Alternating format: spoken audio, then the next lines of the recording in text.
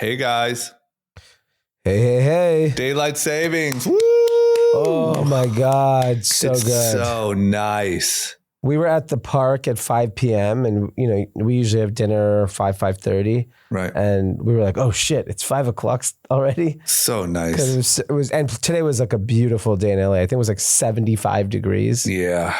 And the park was just slammed. The park was like, it was dead of summer. Every kid's off school. That's how it felt today. Like, I think it just changes the vibe. I mean, it's supposed to rain all week, so I'm sure that vibe will be dead for a week, but it just today felt like summer. Yeah, it definitely felt like a summer day. And I don't know, I just the sun being out till like 7:30 just makes a huge difference. So nice. I mean, we had a holy celebration. I invited Drama. I know. Thank you for that invite, by the way. And I was it's golfing, for kids, but still, it's for kids, honestly. So like, I didn't expect you to go, but I wanted to make sure you knew you were invited. But I like being invited to the stuff, so keep me coming, And it was really fun for the kids. So Holi is an Indian celebration around March.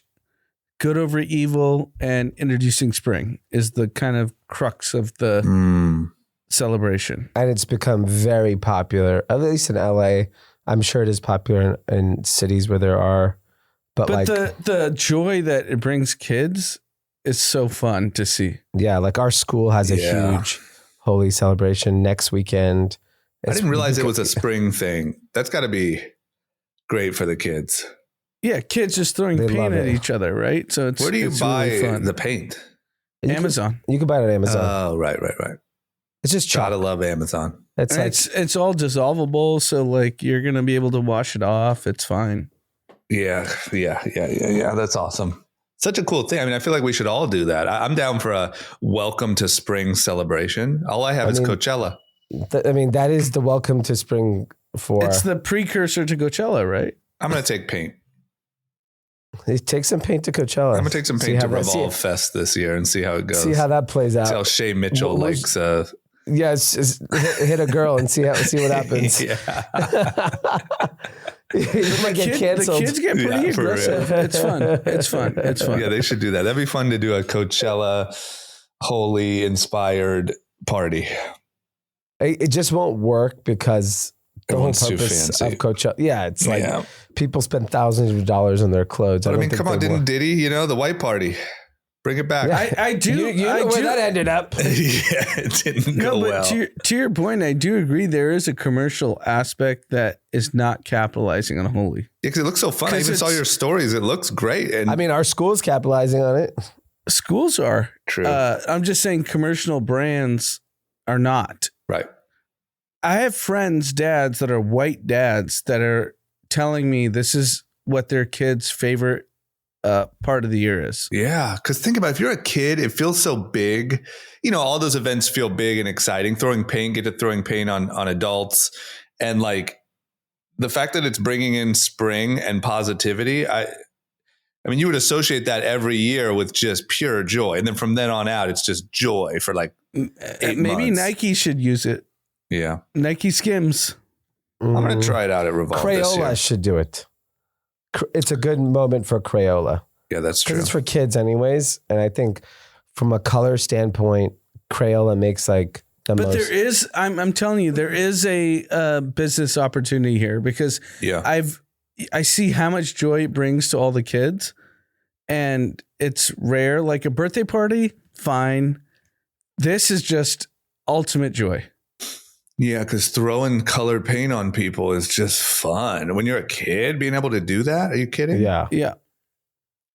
Okay, well, that's great. Good job on that. That looked incredible. And thank you for the invite. And we do it every year. So Drama, come next year. I will definitely be there next year. You have my promise. Yeah, it's really fun. What else is on our list? Do you have a problem with Amazon? Well, I actually want to talk about, I will get to Amazon, but I wanted to talk about Expo West.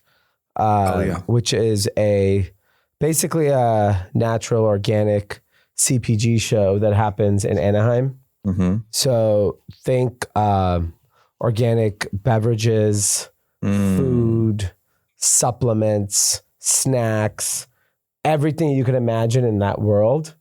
Yep. It's all at the Anaheim Convention Center. And so I was there basically for like 12 hours. And the show itself, absolutely wall to wall fucking slammed. Unbelievable. Right. And it just tells you like this organic food movement. I have no idea how busy Expo West was 10 years ago. I would assume it was quite busy. This was bananas. This literally was bananas because I think the supplement business also is so big now. Right. And it's been big for a long time, but I had never been to the show. So it was really interesting to see it. And I think like you're seeing how popular some of these brands have become, whether it's a beverage brand or like an Olipop or a supplement. The supplement business is fucking out of control. Do they let consumers into that one, or is it only? I mean, I just bought a ticket for $150. Right.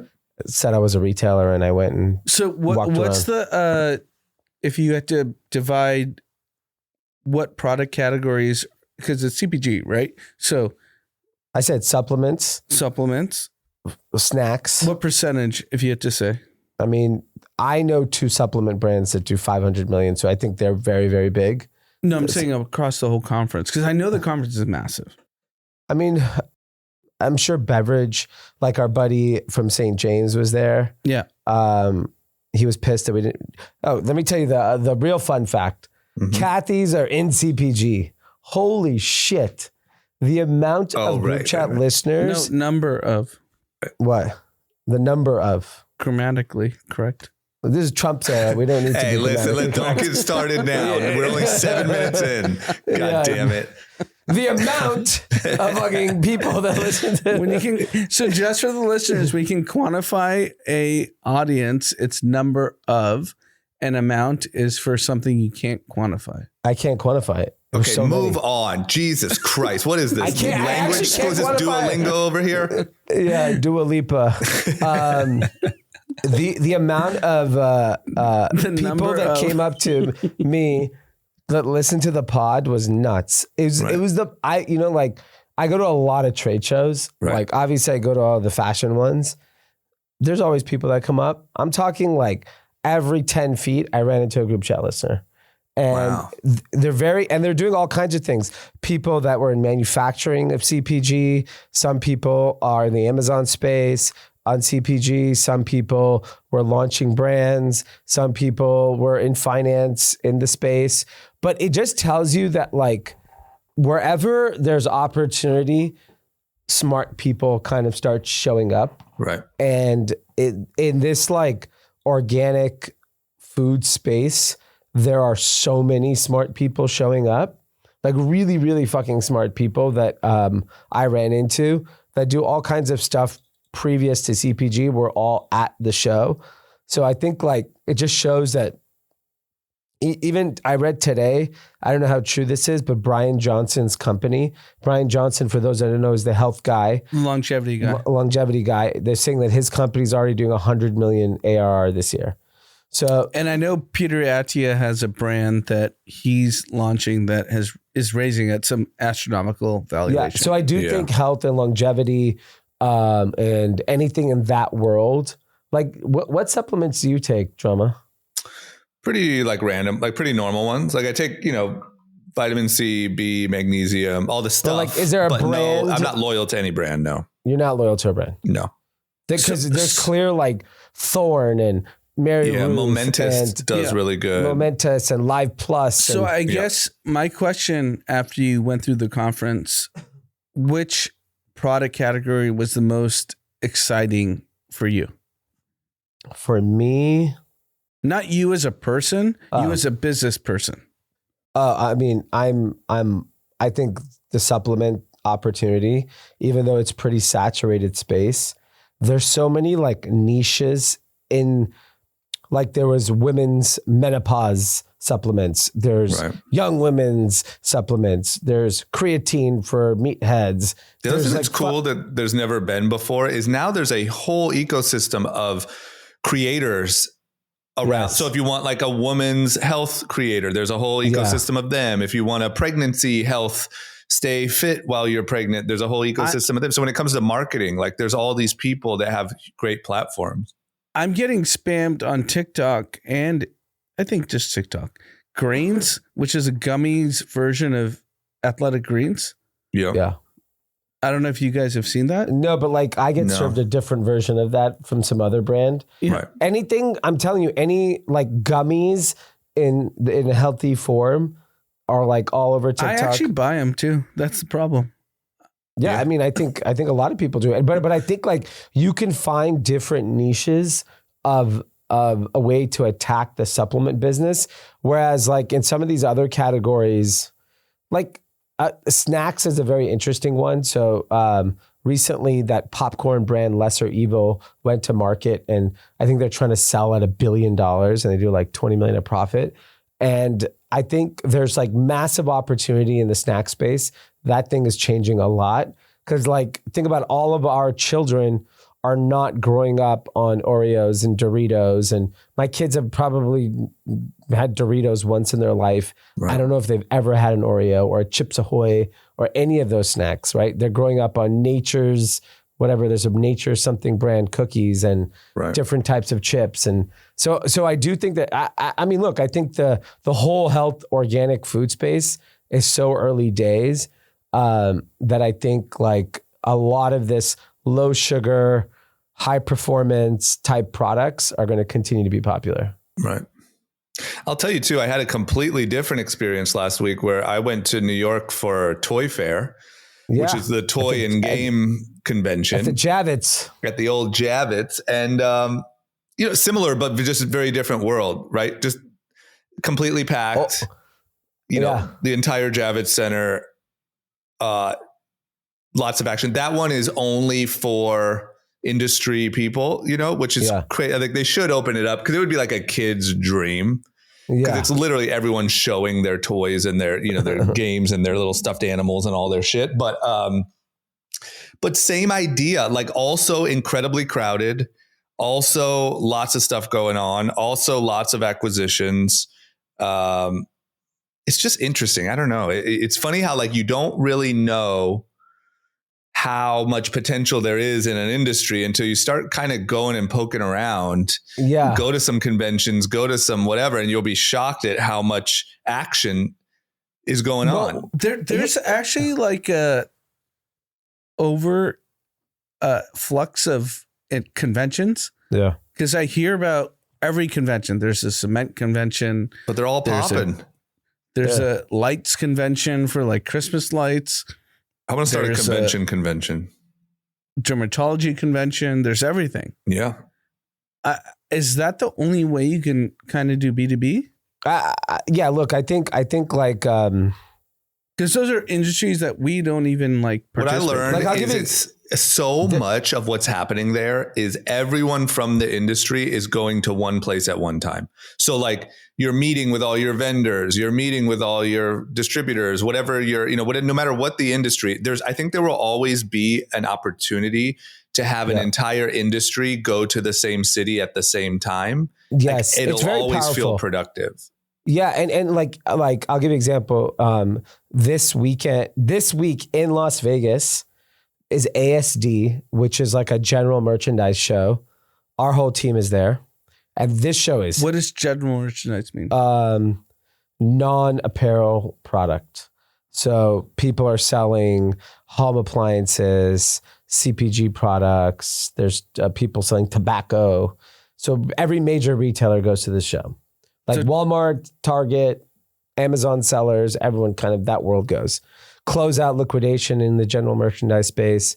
So everything at a store that's not apparel footwear. So our team's at that show right now. Slammed. Bananas, they said. Then there's a return logistics show this week.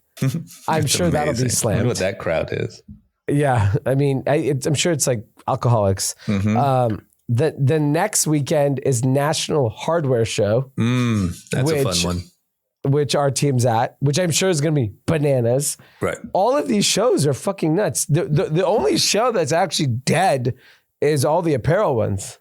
Do you Right, think but you it's also got to keep in mind, like the excuse to get away from the wife and kids on the company dime and go to a cool city, it will never not be jumped at.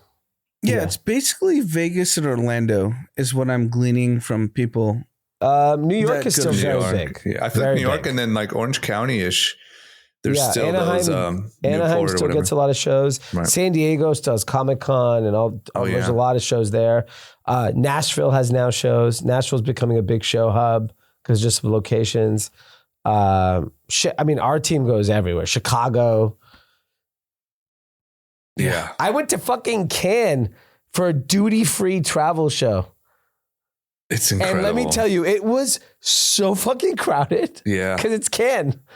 That's what I'm saying, man. Like, I feel like if you're a person that is trying to find your way, you know, or your thing, like, I don't know if this is great advice, but like when you go to these shows, I'll give you real life.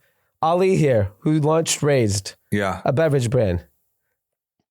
You didn't go to fucking Expo West. Ali. He did not go to Expo West. And I was like, what are you doing? Yeah, you gotta go. You have to be there. Even just to like see, I don't know, man. There's something about being in person, like seeing what's happening and seeing honestly, like who has momentum and why, what's going on. It's just I at Expo West, I had FOMO. Yeah. Wait, what was Ollie's response? Why he didn't go? He just didn't go. Is that mic on? Why didn't you go, Ollie? I mean, you have no wife and kids, so what's your excuse? Were you jerking off? I mean, at least I would have accepted that as an excuse. Yeah. You know, I think honestly the real answer for me not going this year is because like I think for us it was too early, so I didn't even prioritize that. Yeah, but to network. Yeah, that's one thing that I told D after he told me that he went. I was like, that's one reason why I should have gone. But beyond that, I think I'm so focused on getting this new launch up and going. I know, but like when you go there, what I saw, and this is why I still go to trade shows, even in all the industries that we're involved with, you walk away like so excited. Yeah. Like I walked away, like we are not heavy in CPG. We're heavy in supplements, but not in CPG.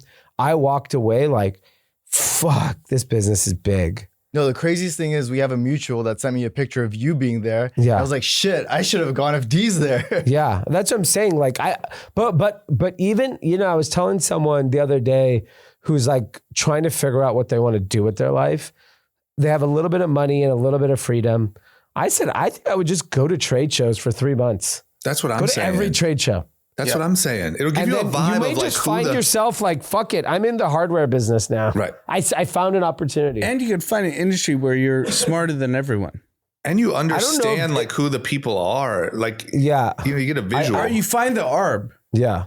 I think you'll find the ARB more so than, I don't know if there's any industries left where like there's the ARB of the intelligence. I think if there's an opportunity, smart people have showed up. Yeah, that's another thing you learn. You also learn how stiff the competition actually is because people are arbing their tits off and you're like, oh, I'm going to be the only guy in town at the hardware show. And then you see, you know, people just with new innovative ideas. I'm sitting there talking to all these supplement brands and they're using terms I have no idea. I'm like, oh yeah, BLX, right, whatever. Like, right. It's just like, I don't know if that's a retailer. Yeah. I don't know if it's like a law. I have no idea what they're talking about. You have to pretend you know. Oh no, yeah. I'm just like, yeah. You know, devastating. Totally BLX, devastating. Yeah, it's just devastating. It's crushing the whole market. Yeah. But it makes you smart, and then you're all of a sudden I'm like chat GPTing, like, what the fuck does this mean? Now you need to figure it out fast. That probably solves a lot of the conversations because everyone's just chat GPTing or grokking or Geminiing. Yeah. Because you can't like get one off someone, right? Well, it's just in the moment you can. You want to know a hot move that I'm seeing a lot of people do, and I saw someone from our team do. You know, when you're at these conferences and you're talking to people one-on-one, they vomit information. Yeah. As opposed to on Zoom or email, they'll never share anything. No. Right. You rock the Meta glasses and you record the whole thing. I like it. You can get trade secrets like a motherfucker with Meta glasses. I mean, those things are good. I'll be on record. I think Zoom video calls are the worst ways to have a conversation with someone you're trying to do business with. I 100% agree with it. I think that's your opinion. Of course you agree with it. Like, if you did a call, you get more out of someone than staring at them in the face. Right. Yeah, I think it's a cheap substitute for in person, and that either go in person or get on a call. It doesn't matter. I agree with you on that. I mean, I think it's good for like if you're sharing your screen and all that bullshit. But I agree with you on it. I think that it's more annoying than being on a phone call, but it makes you feel like you don't have to be in person, and so it lives in this middle zone that's actually kind of pointless because you could probably get the information a lot quicker. I don't think people are as effective. That's my. You don't think what? I don't think people are as effective. No, not as in person. Absolutely not. No, even if they were on a call. Oh yeah, I agree with you. So I was on a Zoom call for a board, and I went off video, and I was way more able to explain my ideas. Yeah. Had I been on video. Yeah. Because I was walking around and I was just talking, and I was able to like formulate my thoughts. Right. And I was like, oh yeah, I'm able to like communicate. Yeah. I think with the video, if people are actually paying attention, it's effective. Maybe half the people that people have video calls with are not paying attention. About pre-COVID, I've seen you do a million calls. Yeah. You walk around. Yeah. So you can't do that.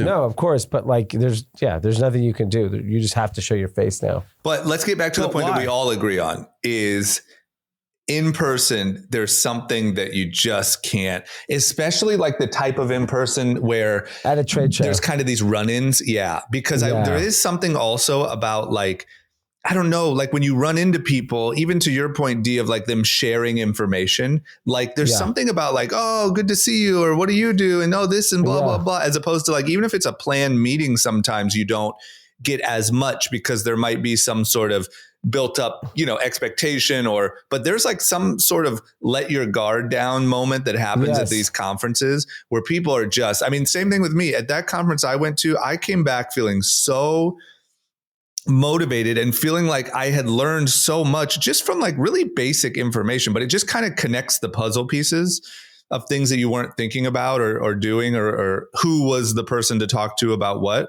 And you definitely can't replace that. Conferences aren't going anywhere. No, yeah. I think conferences are accelerating. Yeah, I think they're getting bigger and they just create excitement. Like you just see people interacting with your product, and especially in a food business. Like I ran into Josh, who listens to the pod, has Poppin' Bottle. The amount of people that were excited to try like their new products, or St. James had their White Lotus collab. People wanted to try. He sent me a bunch. Yeah, so like I'm a huge fan of this show. So I think like those, it's exciting just being there.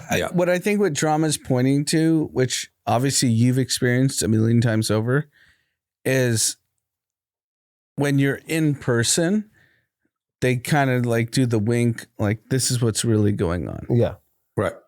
Vibes. And I'll be honest, it's not even as much. Sometimes it's a wink, and you're right on. And this, I don't mean, I'm just giving another opinion, is like, there's an excitement. There's just like we're here and I just learned this and you should learn this. And what are you working on? And like, there's just like I don't know, man. One thing I also thought about over the weekend is that like, look, a lot of people's lives, this isn't a diss, but a lot of people's lives are boring or tough, or you're with your family, or like, and when you get out around, your peers and you're in a different city, there's just a fluidity of ideas and conversations.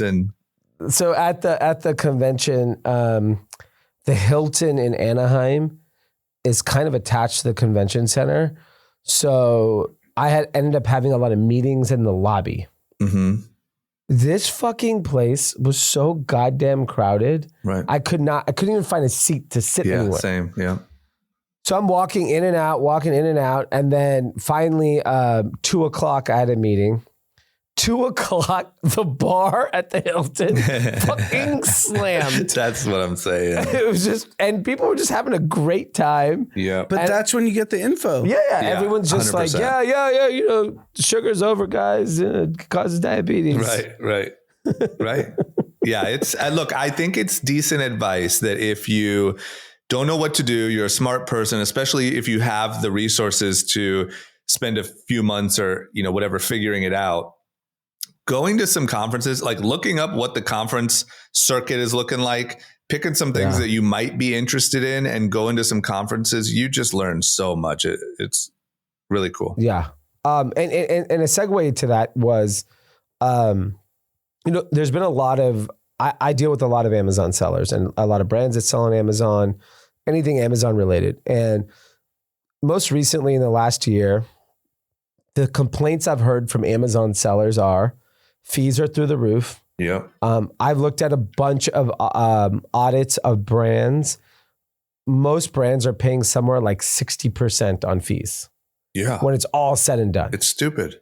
And then they increase storage fees. Yeah. There's a new is rule. Is that 2x from like 5 years ago? Something like that. And then they increased, they came up with new rules when they lose your product, how much they'll reimburse you for it. They've become very, in my view, predatory in the way that they're operating. I hate them. And it's created like, so there's this enormous backlash where every brand I talk to says, or every seller on Amazon, 3P or 1P or just a brand is like, I fucking hate Amazon. They're ruining my business. Yeah. And simultaneously today, I saw someone post Amazon Logistics, meaning their warehouses, has now launched 750,000 robots to help speed up fulfillment and be more efficient. Right. That means, yes, there's a lot of capital expenditures and enormous costs they've spent, obviously, on those warehouses and all of that robotics, but that means their labor is gone. Yeah. And that means they're becoming more profitable. And my hypothesis is Amazon is susceptible to the same macro challenges as any other retailer. Amazon is no longer the value place. It is not the cheapest place to buy anything. Right. It is just the most convenient place. Right, because you have Shein, Temu, all Or these even places. just go to a store. Like we were at Dick's Sporting Goods, and then the same glove is $10 more on Amazon than it is in the store. And so you look at like the cost of, for a consumer, the convenience is why people shop at Amazon. And there is a certain cohort of American consumers that do not care about price. They want the convenience. And that's fine. They're always going to win They want there. the goods next day. They Or want the same good- day, whatever. Yeah, whatever. And they're willing to pay for it. But given the macro challenges we are facing, I think people will drive to the store and get a better price. Why the fuck not? Who cares? I'm not getting ripped off. And now... Definitely in the suburbs. It's a little tougher where we all live. Yeah, but we don't wanna represent drive. the masses of shoppers. If you're in a America. suburb and you can drive 2 blocks to the, Grocery store. in West Hollywood, it's miserable. Plus, I wonder what percentage of Amazon is like a little bit of over buying. Like maybe it's good that they don't have it in your town. Like you're just buying things because it is so easy. And if the economy tightens up and if whatever, you're also just going to skip that extra water jug that you would have got when you can go down to Walmart and get, you know, like I think there's a lot of that too. I think my point was my point I'm getting to is Amazon is not the cheapest place for consumers. Right. Sellers on Amazon are very unhappy with the experience. And what we've seen in history is no one is good forever. Everyone can be beat. Right. So you're short Amazon. I'm not short Amazon at all. I actually am more bullish on Amazon as a profit center than ever. But what it does, because they're extracting profit. yes, I think they're just better at. They're like doing the Apple. yes, Charge you more, blah, blah, blah. Yeah, they're at the Apple stage, and that could go on for another decade. What I do think is the opportunity, though, is when I look at TikTok Shop and I look at Shein, that and Temu, there is an opportunity to disrupt Amazon. But they Massively. don't pay the price. What? That they don't pay the price. That's what I've been told. What do you mean? Oh, like Temu and Shein. But They TikTok don't want to Shop. pay the price. Yeah, Well, TikTok Shop. Yeah, because the consumer still there is younger and a discount focused shopper. Yes. But what I'm saying is if enough brands get fed up and say, fuck it, we'll sell on TikTok Shop too.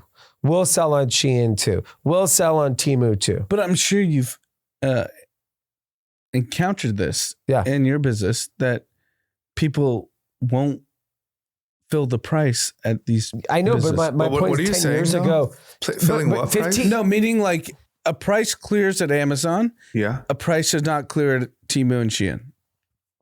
That's all I'm saying. A higher price, you mean?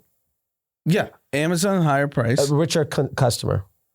Oh, I don't. Yeah, I don't think that might be true today. I wouldn't bet on that long term.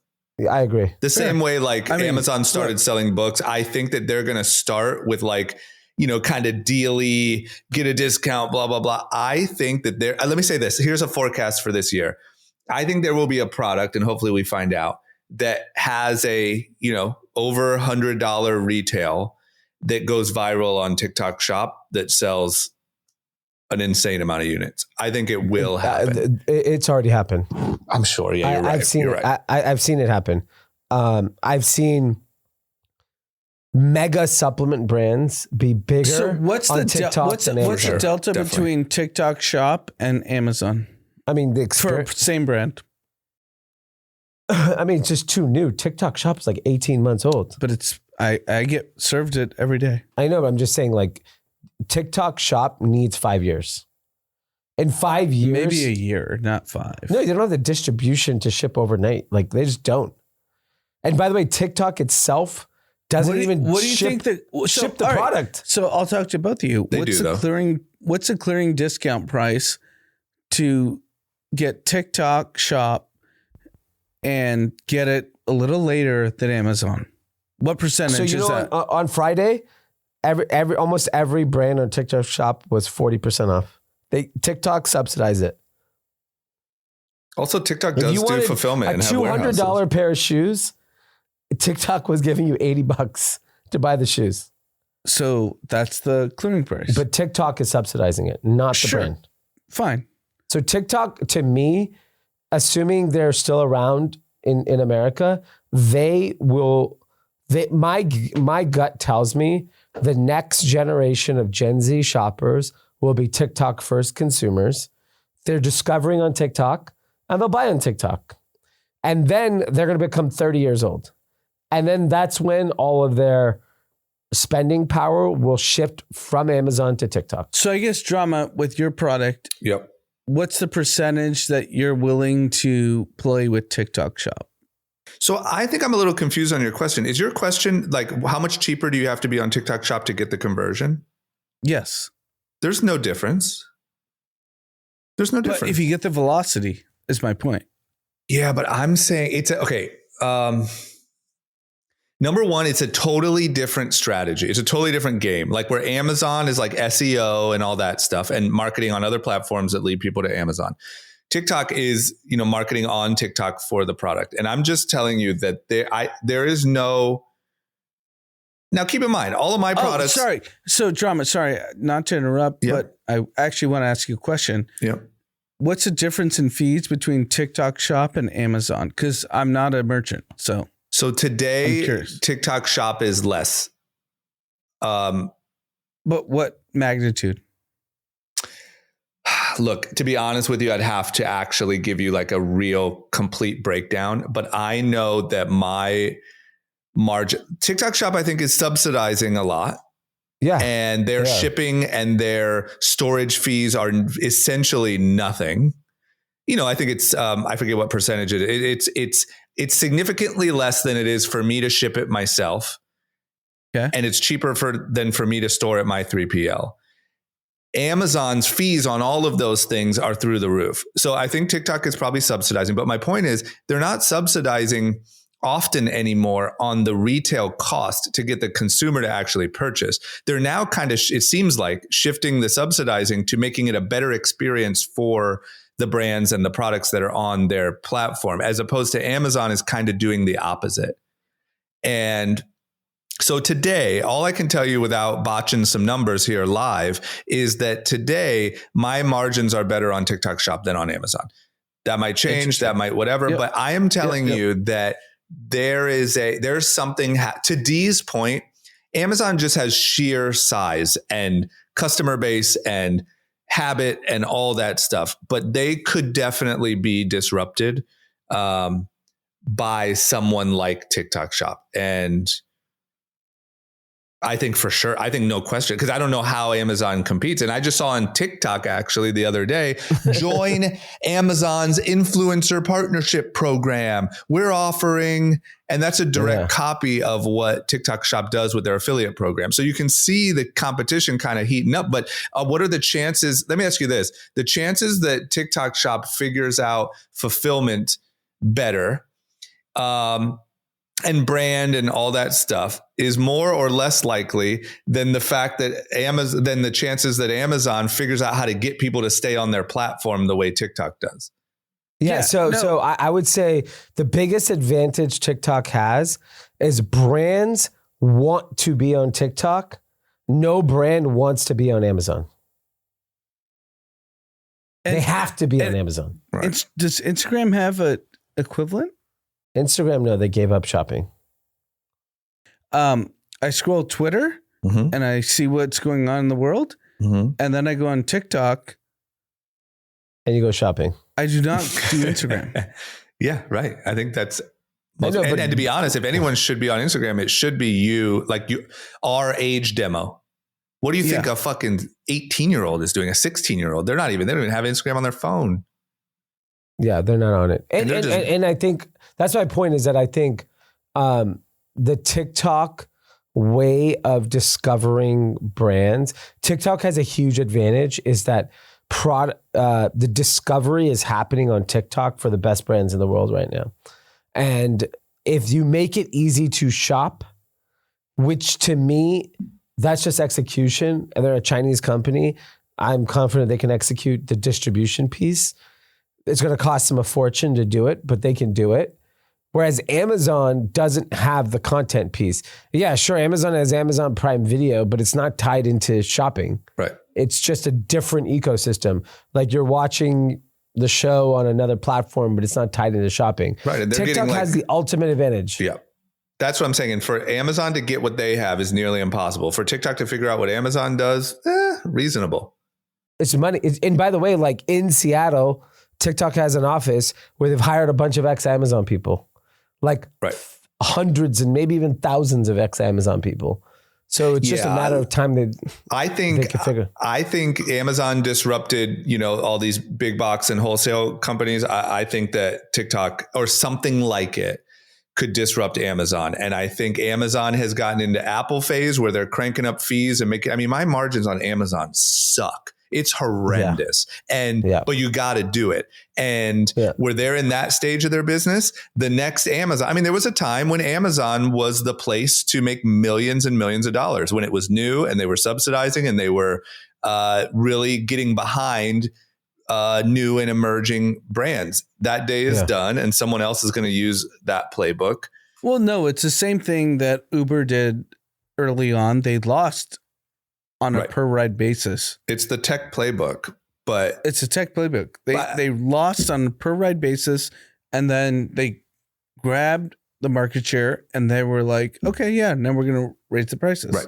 That's the playbook. And I think, look, I'm not saying Amazon's going away. I'm not saying even TikTok is going to replace it, but I can guarantee you that at the Amazon headquarters, they're stressing over what's going on TikTok Shop. Yeah, and right now, all the brand sentiment from their sellers is not great, and they're just in a spot that they're going to have to navigate. I think Amazon has to reduce fees fucking tomorrow. I know. If anyone from Amazon listens to this podcast, you need to go into like the company inbox and fucking email Jeff at Amazon.com and say, you need to lower fees, because if you don't get at the end of the day, every marketplace in the world is supply constraint.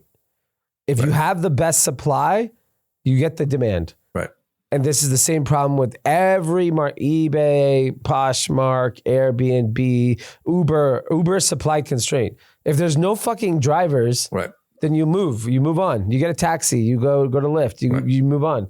And so Amazon will also be supply constrained. Think about how many brands Nike does not sell on Amazon to this day. Right. Is there Nike product on Amazon? Of course, because it's 3P sellers. But like, there's so many instances where Amazon is missing out. And I think they're playing their hand like way too aggressively right now. And they have to chill out. Yeah, I agree completely. Because look, if you started a company today, once again, you'd start a hot water bottle company or any of those people at the supplement, you start a supplement brand. It is so hard and expensive to gain awareness on Amazon. You have to go gain awareness somewhere else and drive the people to Amazon. But guess where you're going to gain the awareness? On TikTok. So why not just sell it on TikTok? And now you disrupt it. If TikTok figures out fulfillment the Amazon way, which let's say that cost them what? $20 billion right over the next 5 years, then. But they're on it. I mean, it's not Amazon size, but from my perspective as a small business that sells to Amazon and TikTok, it's the same thing. Yeah, but it just, you mean the experience for the customer? No, the experience for me. I send to the distribution center. It's fulfilled by TikTok. They allow you to have a certain amount of inventory. How quickly is your customer getting the game? It's quick. It's a couple days. They have an East Coast and a West Coast. I think the couple days needs to be 100%. And then, but think about it like this soon, you already have one on each coast. I mean, how hard is it to open fulfillment centers in, all over the country? Not hard. It takes a minute. But if you have the volume and the demand, and look, if you have the attention, I think what Amazon might also learn is like, if you have the attention and the like fan of the product, they're willing to wait 2 days. Yeah. Whereas if that's not happening on Amazon, I don't know that they are. And at the same time, Walmart and Target are just spending all of their resources to disrupt Amazon. Yeah. So you're getting it from every side. Where at Target, you go, you place your order, you go walk in the store and grab it. I mean, curbside pickup at Target, I use it all the time. It's so fucking good. Yeah. And they are really focused. I mean, they're just getting it from all angles. Yeah. And I think the fee structure has to change. At the end of the day, what I don't understand about Amazon, where the big miss is, if the sellers are unhappy and they don't make money, that's not good. Yeah. Yeah. It's fucking horrible. In another marketplace that I wanted to touch on before we move on was Facebook Marketplace. Yep. And it seems to be that Facebook Marketplace is the main reason young people still go to Facebook, because there's deals. Is that like Craigslist, modern day Craigslist? Yes, it's souped up. There's 100%. Even Facebook groups where someone was telling me where people just list stuff for free that you can go pick up. And so the entire group is it's free. Like localized little groups. Right. So in LA and New York, and be like, I have a couch. 200 people can enter into like a drawing to basically win this couch, and you can go get it. I think they did that and here when we had like an office here, and when we had to clear it out, I think some of the employees just put the stuff for free on Facebook Marketplace, and it was just empty in like 2 days. And people just showed up and picked it up. Yeah, I think that's what happened. I think Facebook Marketplace specifically for young people, for like furniture, sports equipment, like, I mean, I've gone on their local and be like, hey, is anyone want this brand new treadmill? I'm getting divorced. Here you go. Really? Yeah, I've seen it. It's just funny that like people are calling out that's where they use Facebook the most. Yeah. Because even on it, if Anand, and because I'm not really on Instagram that much, if Anand is phasing out of Instagram, that's bad. I'm down. The fact that you're straight to TikTok is like, man, TikTok's. Yeah. And I think 60-year-old, men and women are doing the same thing. Like, meaning I think TikTok is like way more like, I think we still have it kind of stuck in our heads as a young people thing. I don't think it is. You have to imagine that 25-year-olds, TikTok's not their second option. No. Yeah. That's why what I'm saying is I think we still kind of look at it as a young people thing. And I think it's everybody now. Everybody.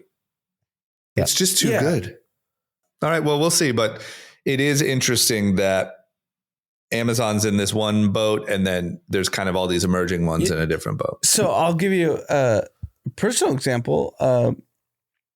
I saw this morning, I woke up at like 6:30, 7:30 in the morning. No idea what time zone we're in now. Because of spring forward. Right. And I saw on Twitter that there was this SNL skit of like a Trump impersonator, Marco Rubio and Mike Myers was doing it. Yeah.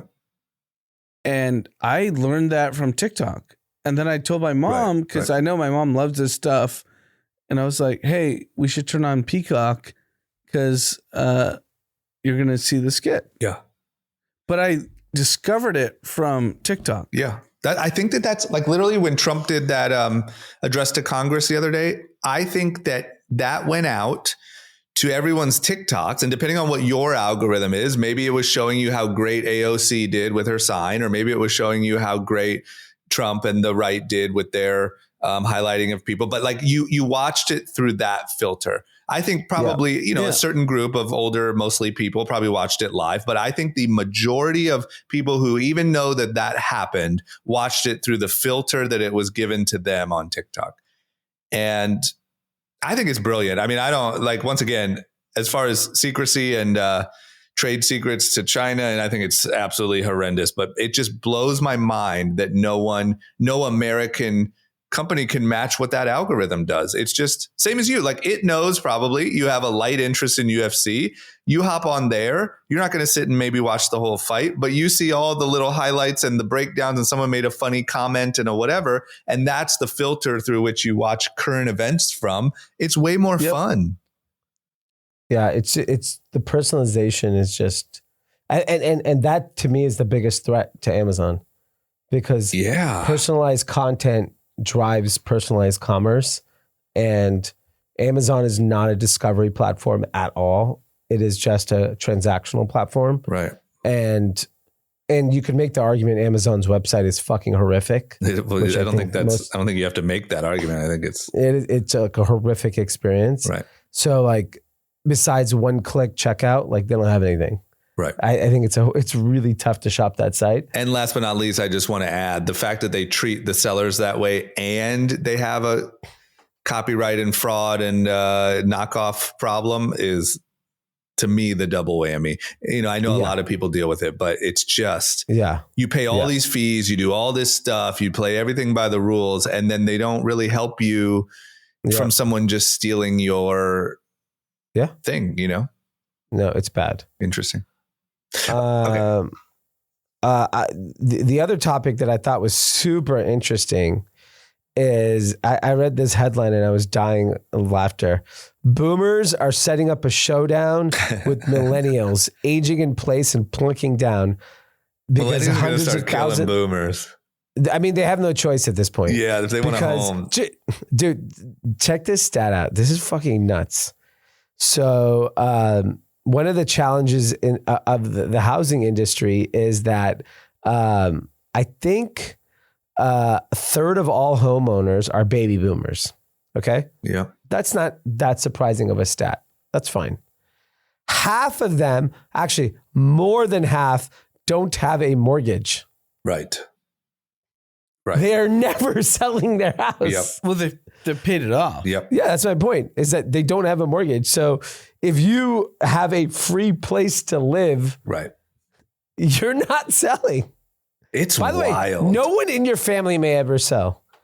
Whoever you pass the home on to, a child. Yeah, the elite relative. in like 50 years might just be people who paid off their mortgage today.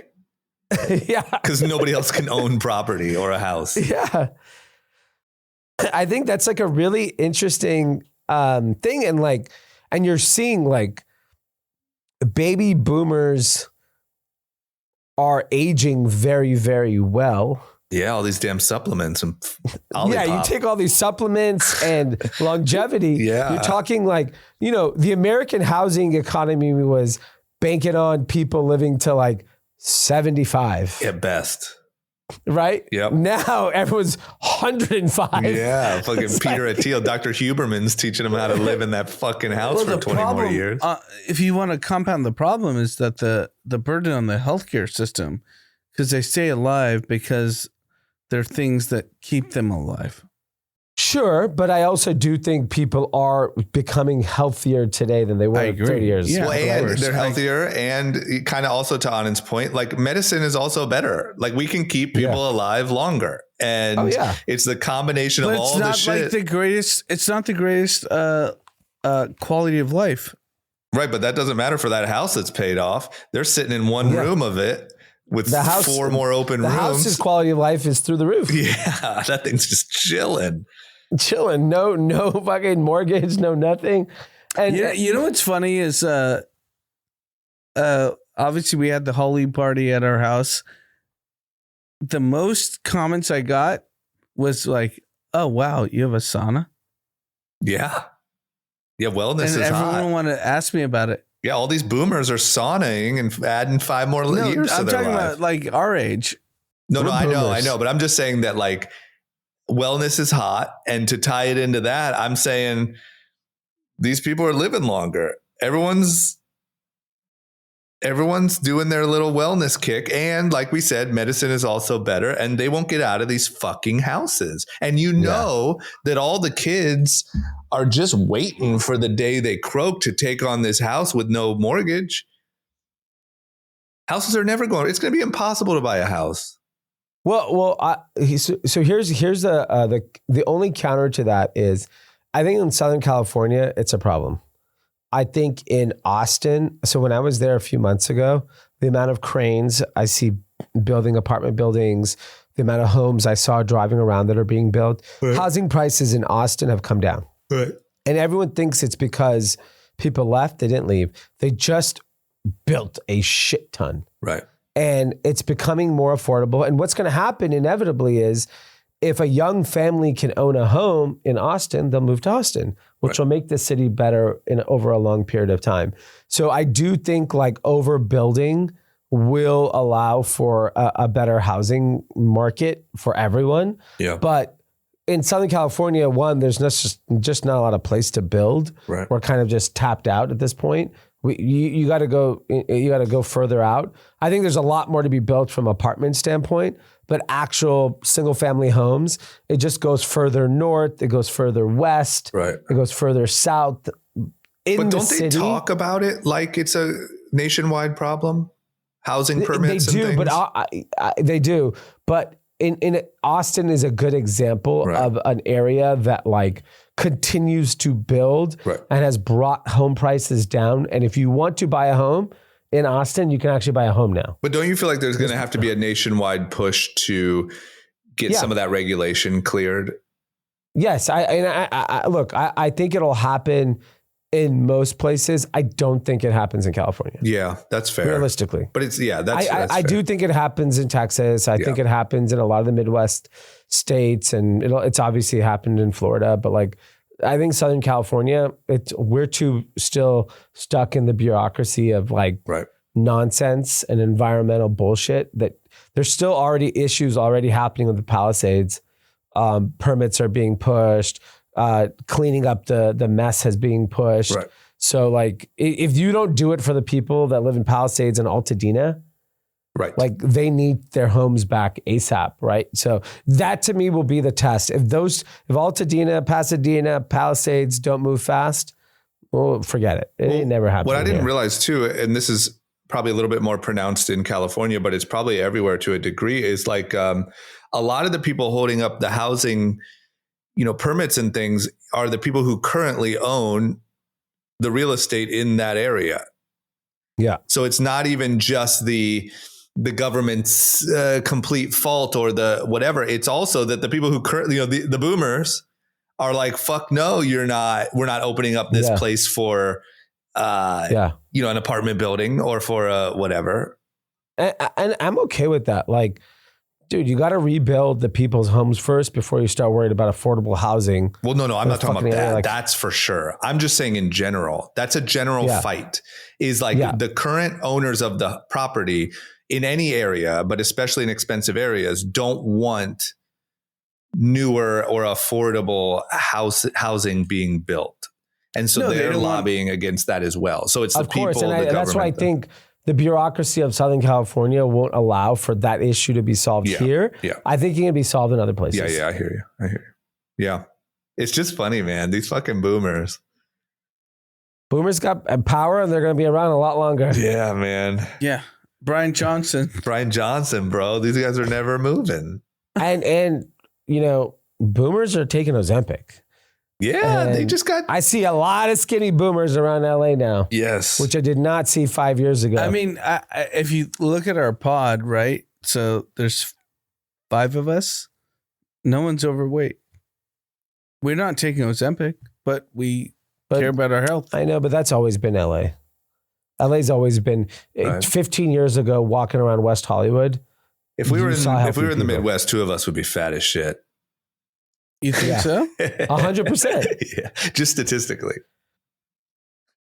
Between what, Swenson's and fucking Swenson's. But yeah, you're right. I mean, you add Ozempic, you add all these things. In all seriousness, you're adding. There's a bunch of boomers that just got a new lease on life and a hot new bod for the spring. Yeah. Yeah.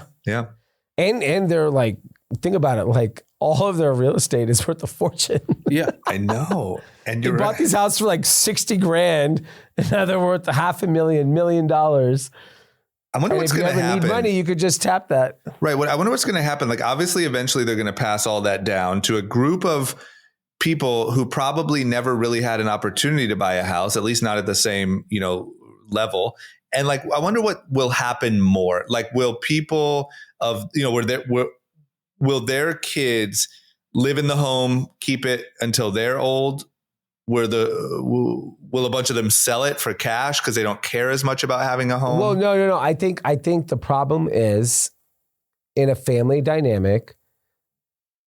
If you have more than one child, there's no fucking way you're not selling that house. There's no way you're not selling it? Yeah, because like, think about it. Like, let's say, you're a family of 5 from Texas. Right. And your children all live in the neighborhood. Parents pass. Three children now inherit this home. Right. Who's going to live there? Right. You're not, it's impossible. If there's multiple to decide kids, one of 3 children who gets to live there. Yeah. What is the easiest solution? Is you sell the home. All 3 get an apartment. And all 3 get a condo at the best, right?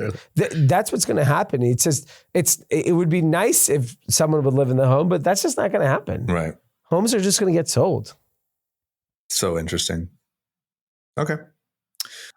Last but not least here, our future Democratic nominee has just signed a $100 million plus deal, re-signed with ESPN.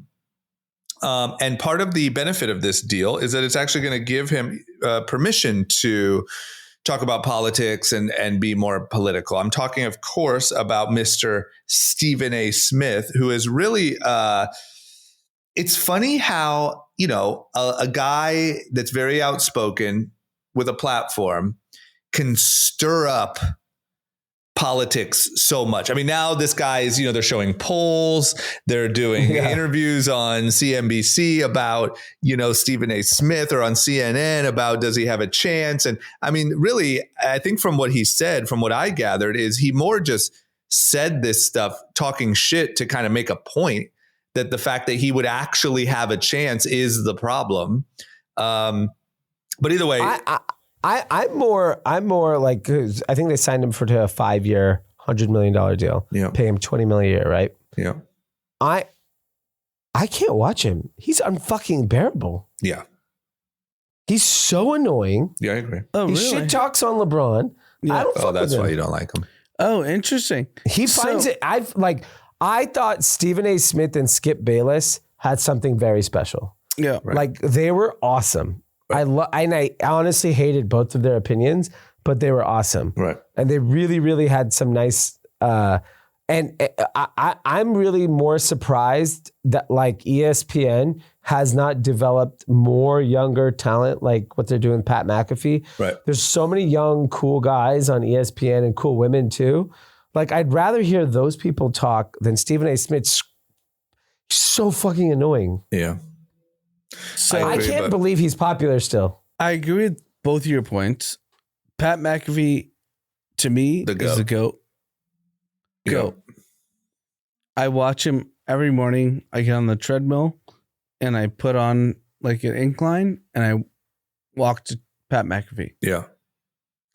Yeah, I think the bar is a little low, D. I think it's like when you're coming from like uptight, boring ass journalism or broad, whatever the fuck you want to call it, like any personality. I mean, and look, I do think that Stephen A is really good at stirring the pot. Like he's really good at attention.